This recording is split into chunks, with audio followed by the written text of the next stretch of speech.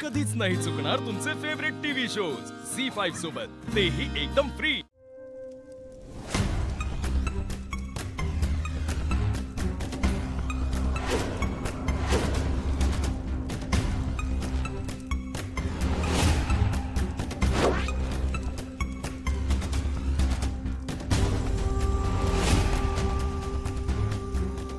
Mutton कुठे आणलास तुम्हाला?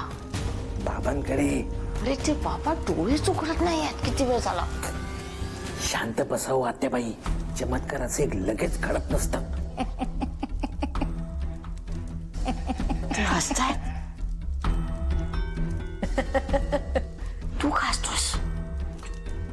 प्रेम प्रेम प्रेम थो दिसतंय दिसतंय दिसतंय मला सगळं दिसतंय। बाबा काय दिसतंय तुम्हाला? तुम्हाला कुठला आत्मा त्रास देतोय ते सगळं दिसतंय मला। कोणता बाबा त्रास देतोय आत्मा? कोणता आत्मा त्रास देतोय बाबा? तू गप्पा बस, मी त्या आत्म्याला धरेन, वश करेन। उठ, अरे उठ उठ। मागे फिर, पुढे चाल, थांब, तसाच मागे चालत ये, थांब, गोल फिर, खाली बस, उठ, गोल फिर, डाव्या बाजूने फिर, खाली बस, उठ, परत गोल फिर, मागे जा, पुढे ये, उभा राहा, गोल फिर, खाली बस, बसून फिर, उभा राहा, फिरत राहा, हा, खाली बस, हा, परत फिर, उभा राहून फिर, हा। सॉरी। अरे अर्धवट बुद्धीच्या मनुष्य प्राण्यांनो, काय करताय काय? बाबा माफ करा माफ करा। हे बघा बाबा, तुम्ही ज्या पद्धतीने सांगताय त्या पद्धतीने आम्ही करतोय, बस बाकी काही चुकलं नाही आमचं। ते सगळं तुमच्यासाठी नव्हतं, मग ते आत्म्यासाठी होतं। बसा, अरे बसा। बस बस, बसलो बसलो। त्या आत्म्याला वश करावं लागेल। हे सगळे मंतरलेले लिंबू आहेत। ड्रेम क्रेम त्रेम थू। हे सगळे लिंबू आजच्या आज घरी घेऊन जायचे आणि सूर्यास्त व्हायच्या आत घराच्या सगळ्या कोपऱ्यात ठेवायचे। मग ती आत्मा तुमच्या जवळ सुद्धा येणार नाही। चालेल।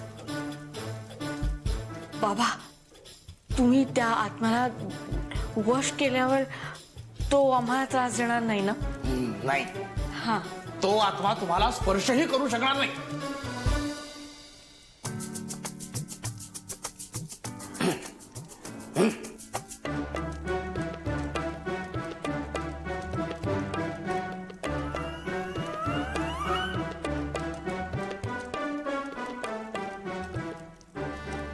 छान झालं तुमचं काम।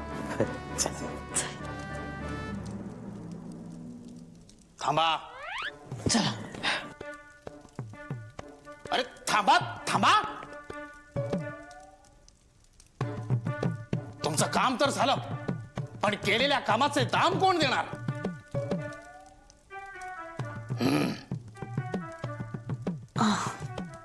ते विसरून गेले।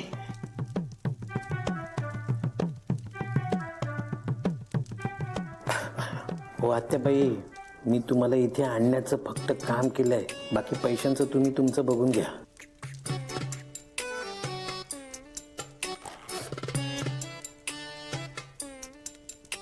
कॅश विसरले। एक उपाय आहे। त्रेम त्रेम त्रेम स्कॅनर, QR कोड।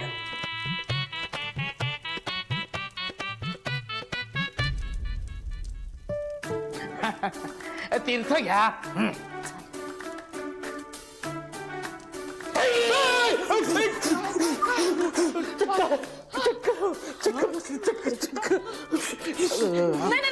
नाही, मी लिक्विड सोडलंय।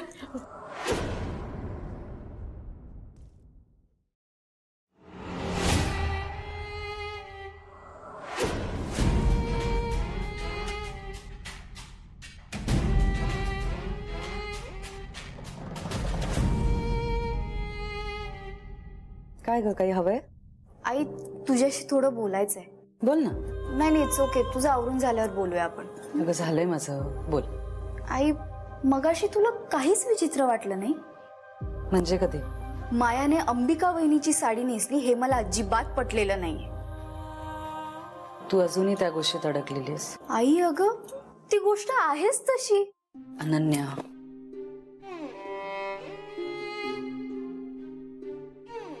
मला कळतंय तुला काय म्हणायचं ते.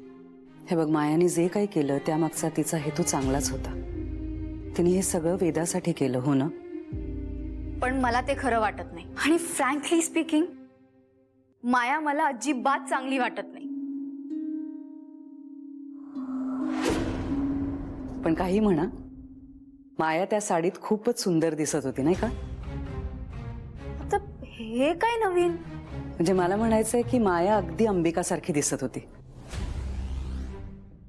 मग मायात जर का वेदाच्या आयुष्यात तिची आई म्हणून आली तर किती चांगलं होईल, नाही का?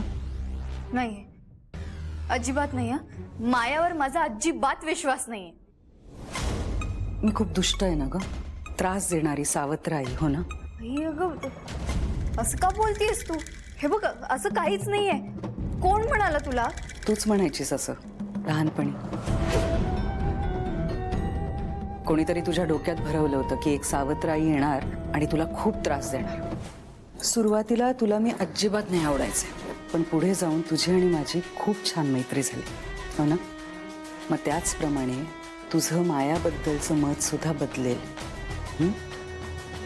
अरे वा, आज अगदी निवांत गप्पा चाललेत मायलकींच्या. काय विषय काय आम्हालाही कळू देत. बाबा मायाविषयी तुम्हाला काय वाटतं?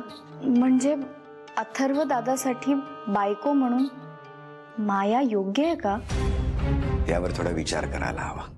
उगाच घाई करून उपयोगाचं नाही. अहो असं काय करताय? अंबिकाला जाऊन वर्ष झालंय, तेव्हापासून आपला अथर्व एकटा आहे. वेदा कोणाशी काही बोलत नाहीये. त्या मुलीची वाचा गेली. आपण इतकं प्रयत्न करतोय तिच्यासाठी, इतक्या ट्रीटमेंट्स केल्यात, पण बोलतच नाही मुलगी. त्या दिवसापासून मायाच त्या दोघांचा सांभाळ करते. मग आपण तिचा विचार करायला नको? तुझी आई अगदी योग्य बोलते अनन्या. मायाच अथर्वसाठी योग्य आहे. हो ना? मग तुम्हीच बोला अथर्वशी, ऐकेल तुमचा तो. हो.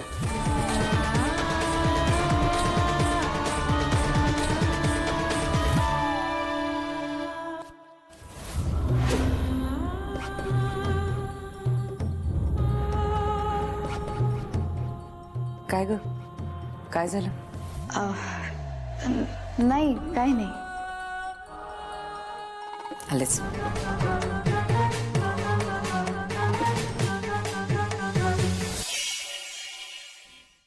झी5 ॲप डाउनलोड करा आणि पहा सर्व एपिसोड्स एकदम फ्री.